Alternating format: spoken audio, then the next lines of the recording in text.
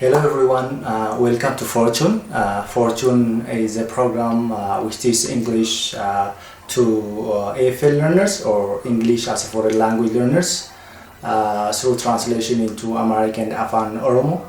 In our today's special program, we are going to present in English.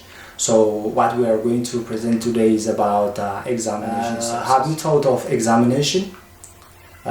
Students have examination at the end of a program, at the end of a course. Examination can be administered for entrance into university, college, and during qualification at the same time. So when we think about examination, sometimes we think it is stressful. However, examination is one way of qualifying students for different subjects and for different professions as well. So when we discuss about examination, totally an examination is a test that someone can take in order to evaluate his or her knowledge or ability about a particular subject or to obtain a qualification. So always there is an examination. So we can take examination for different purposes, as I've already said.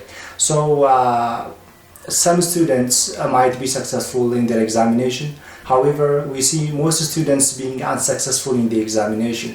So today we have come up with ways for effective examination. What are the strategies that students need to know to be successful in their examination? I hope this lesson will be very helpful for you, particularly for students who are intending to pass entrance examinations, to join universities or colleges, to pass a particular course, and for qualification as well. So stay with us until the end of our program so that you can benefit a lot.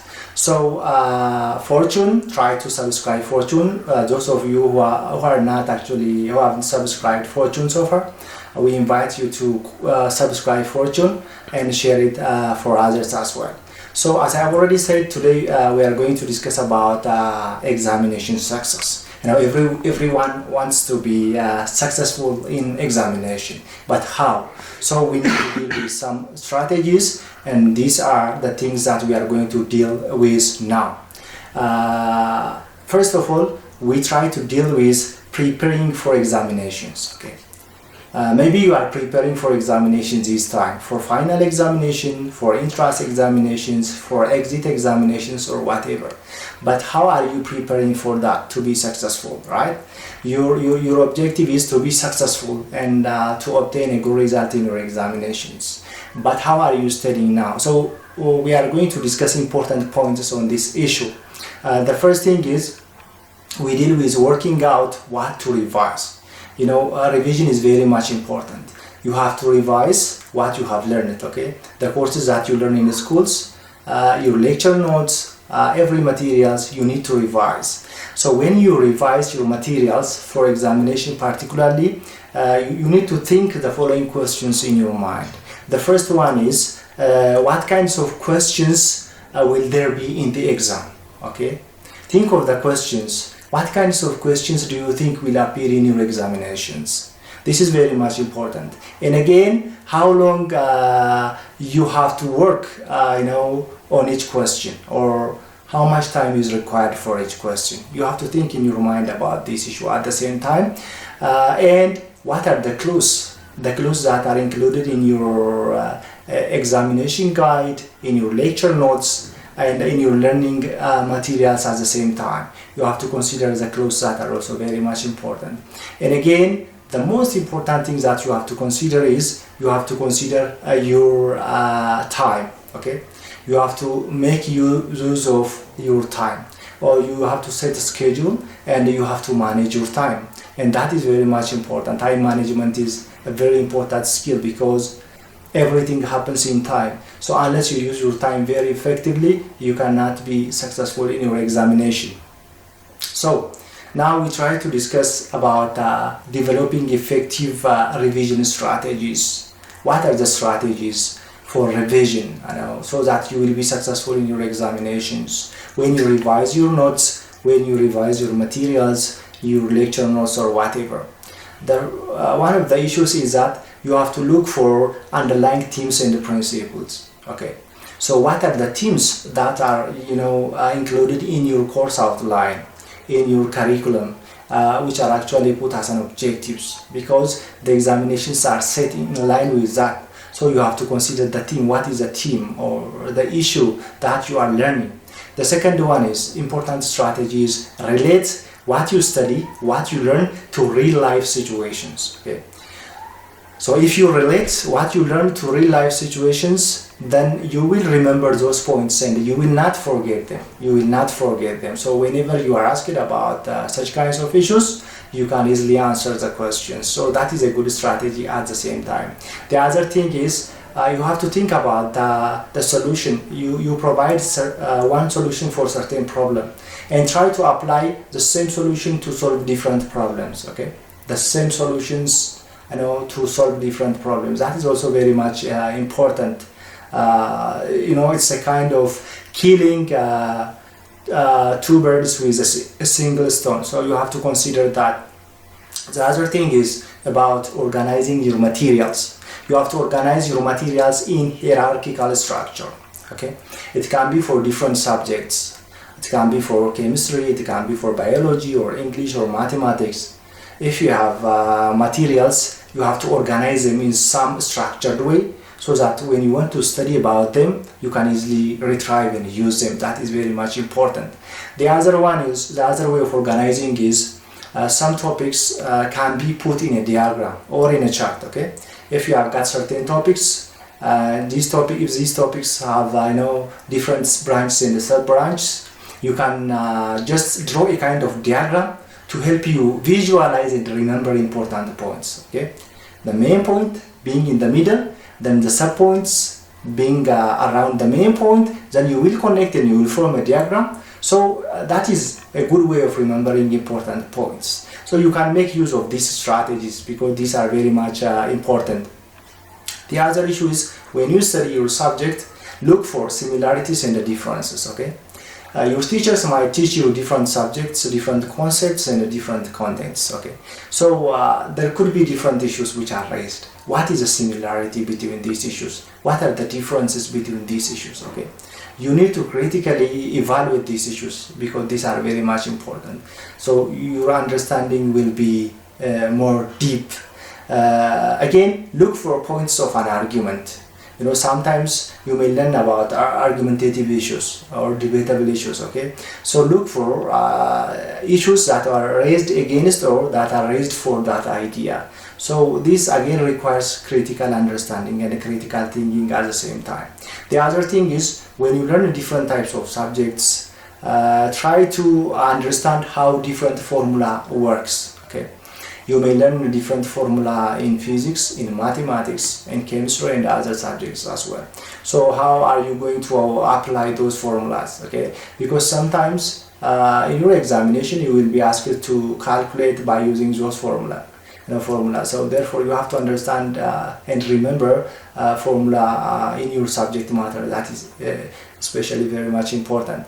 Then the other thing is critically evaluate what you are learning. Okay, what you are learning, you have to evaluate it, you have to critically see it. Okay, you have to try to understand it deeply so that you can answer different questions when they are raised in different directions.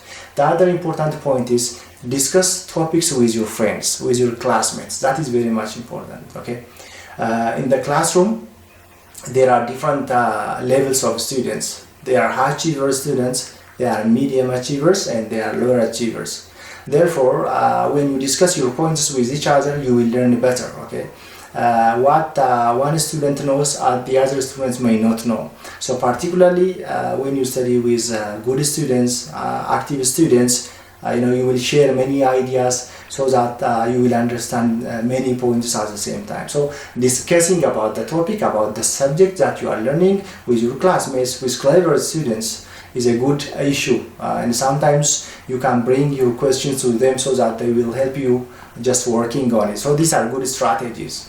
While you are doing this, you have to check your progress. Okay, so checking your progress is very much important. As you are studying, as you are preparing for your examinations, To be successful, at every point, at every interval, you have to check for what? Check for progress. So there are some recommendations that are required, actually, that are good for you to check your progress. So always keep your eye on your time plan. Time plan is very much important because everything happens in time. You have to plan for your study, for studying every subject, for revising every subject as well, and you have to stick to your plan at the same time. So in order to check your progress, there are different strategies. First, for example, you can test yourself as you are going along. Test yourself, okay? While you are studying for many days or months, for example, in the meantime, you have to stop and test yourself, okay? To know your understanding, to check your understanding. One way of doing this is you can keep down your notes, your exercise book, and write down important points of what you remember from your last discussion, from your last reading, okay?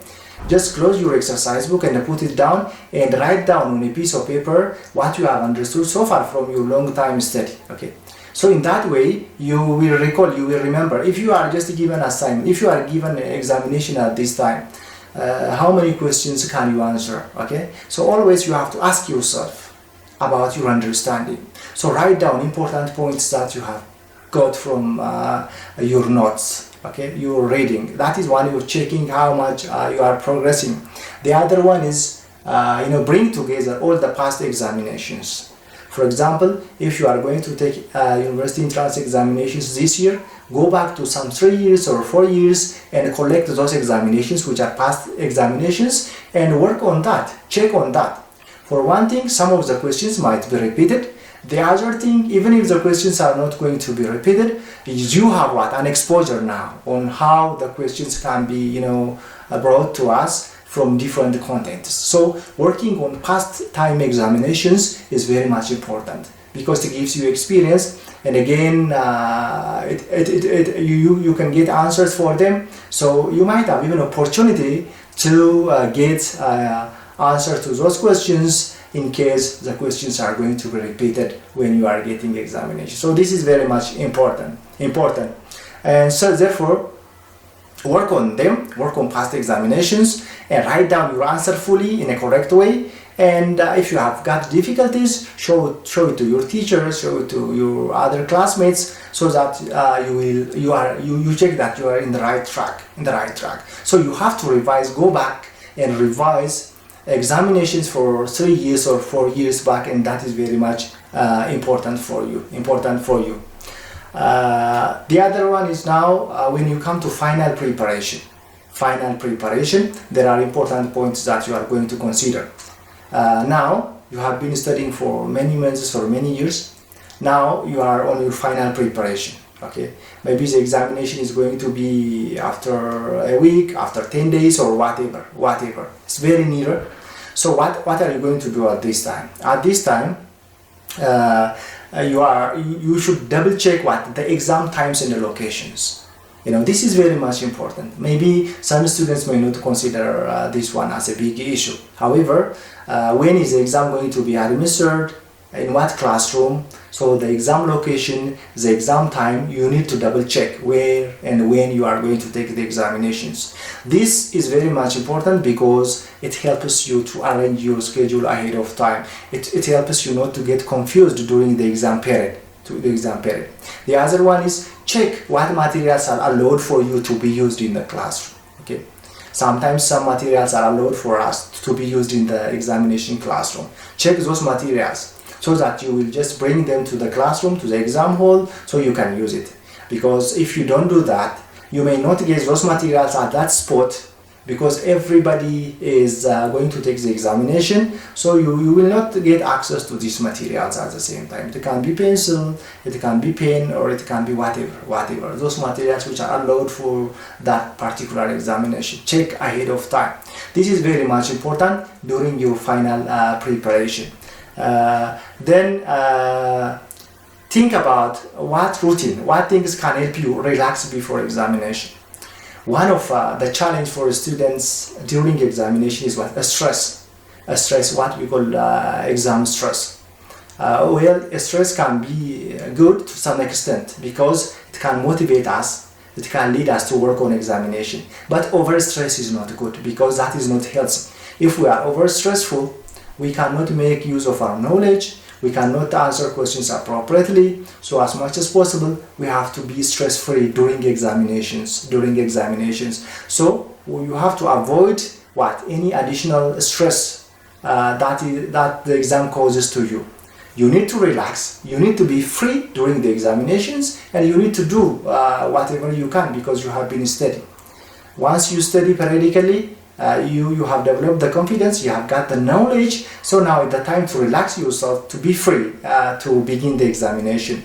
So this time, in order to avoid stress, do something that enjoys you. Okay, do something that relaxes you. For example, doing different types of sports, such as, for example, playing tennis, football, or whatever, meeting with friends, watching cinema, and the likes. Do whatever makes you very relaxed, because at that time, when you are about to start the examination, you need to be free, you need to be stress-free. That is very much important. And again, try to have a good sleep pattern. Having adequate sleep is also very much important when you are about to begin the examinations before 3 days or 4 days. That is very much important, because our mind itself needs rest. Okay, once you are prepared very well, when you are about to begin the examination, you don't need to stress yourself with many things. You need to relax yourself. Now the exam approach. Now you are sitting for examination.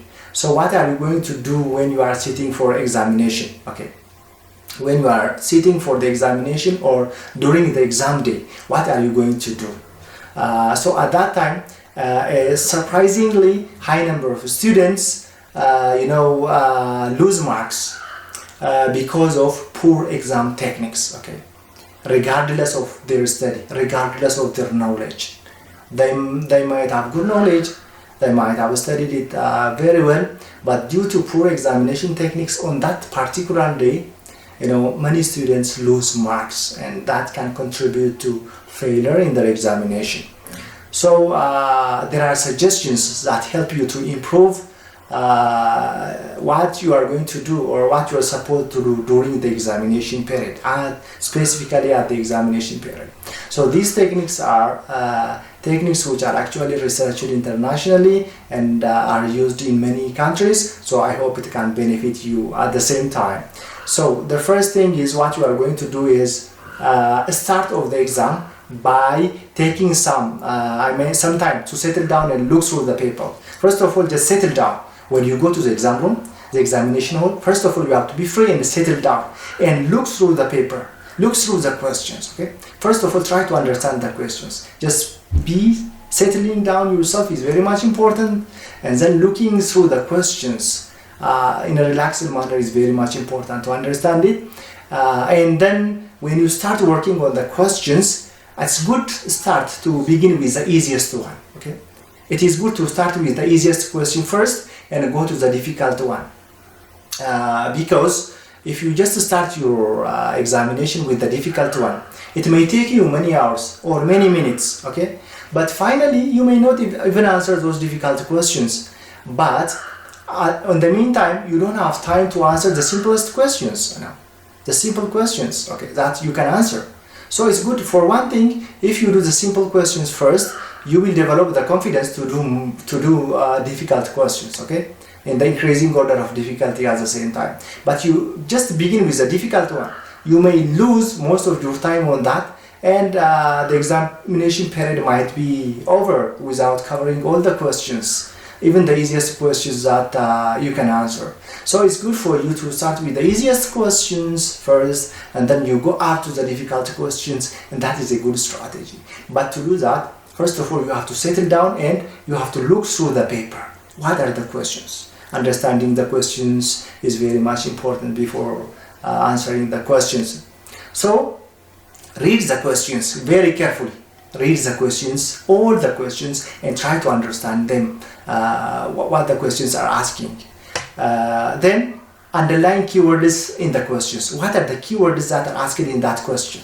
You can underline those questions that are very much important, because that will guide you to the answer. the answer, the keywords. The other one is you have to take care to answer the right number of questions. So if you are given, for example, 60 questions or 100 questions, there is a time that is already given for you.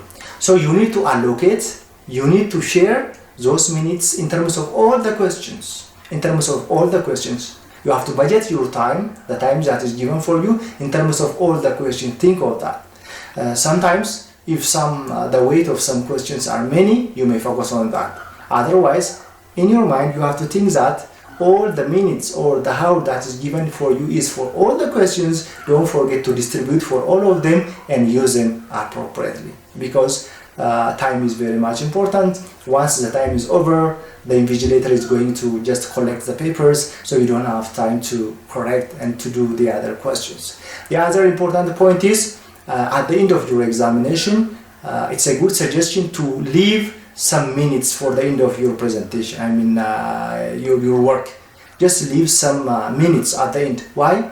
Because it gives you a chance to revise your answers, the answers that you have already given. You will be given chance. Okay. So if you just have 5 minutes or 6 minutes or 7 minutes at the end of all the activities, then those minutes can help you to recheck.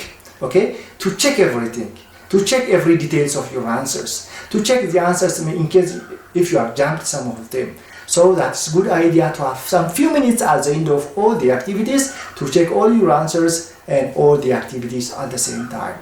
So if you do this, I hope you will have a good examination. So in our today's lesson, we have seen about examination success, how we can be successful in our examination. So for all of you who are going to take examinations in different aspects, for entrance examination to college or universities, for final examinations, or for qualifying for your degrees, we wish you all the best in your future. We wish you success in your examinations. So I hope this lesson has given you important points on how to be successful in your examinations, and I hope you will be making of these strategies in your life and in your study activities. For today, our program ends here. So as we always say, those who haven't subscribed to our channel, please subscribe Fortune English in Amharic and Afan Oromo's channel, and at the same time, please share it to others so that others can have view about us. Our today's program ends here. Thank you for watching our program. See you next time. See you.